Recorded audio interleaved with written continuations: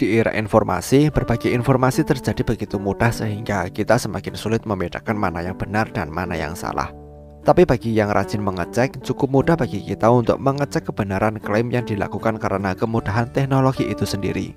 Tapi sampai saat ini masih terdapat beberapa mitos terkait kesehatan yang banyak dipercaya oleh masyarakat meskipun banyak pihak yang mencoba menjelaskannya. Check this out.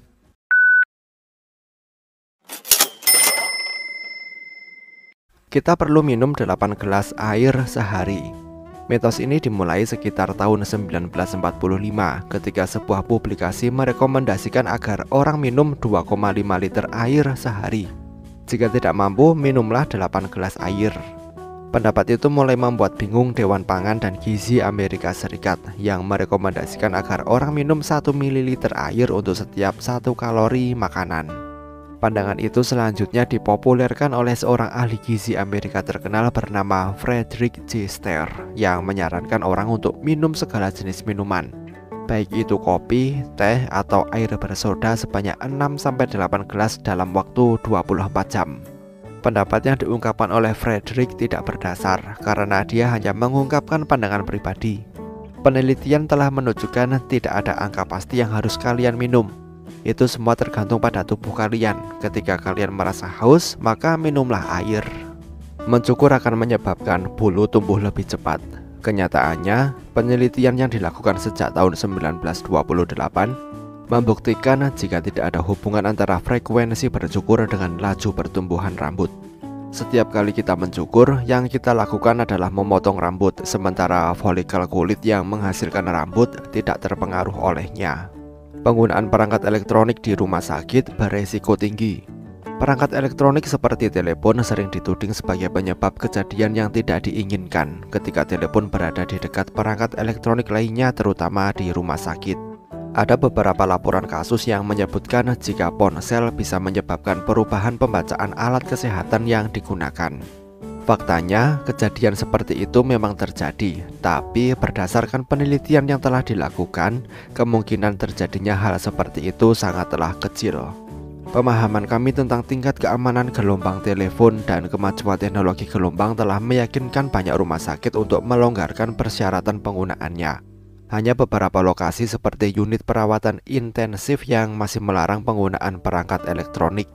Jika prosedur penggunaan smartphone bisa diikuti, seharusnya tidak menimbulkan masalah bagi mesin medis yang tersedia. Gula menyebabkan hiperaktif pada anak.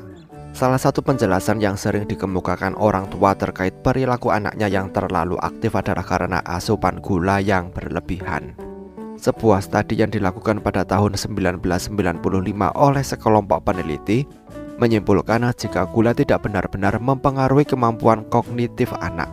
Dalam studi yang lebih baru di Australia pada tahun 2017, ditemukan jika mayoritas anak-anak di negara itu memang menderita asupan gula yang berlebihan, melebihi batas yang disarankan. Tapi gula ditemukan tidak berpengaruh pada perilaku mereka.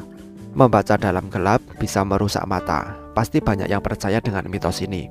Mitos ini sangat populer karena kita semua melihat logikanya, apalagi ketika membaca dalam kegelapan mata kita akan mudah sakit. Benar jika membaca di lingkungan yang kurang cahaya akan menyebabkan fenomena ketidaknyamanan pada mata. Kita juga akan lebih sering berkedip yang membuat mata kita lebih mudah kering akibat sulitnya mata kita untuk fokus. Semua itu akan terjadi, tetapi hanya sementara, tidak selamanya. Rasa sakit yang dialami mata akibat mencoba membaca dalam gelap akan hilang setelah kita mengistirahatkan mata. Meskipun beberapa ahli medis mendukung teori kerusakan mata yang disebabkan membaca dalam gelap, pendapat itu termasuk dalam kelompok minoritas.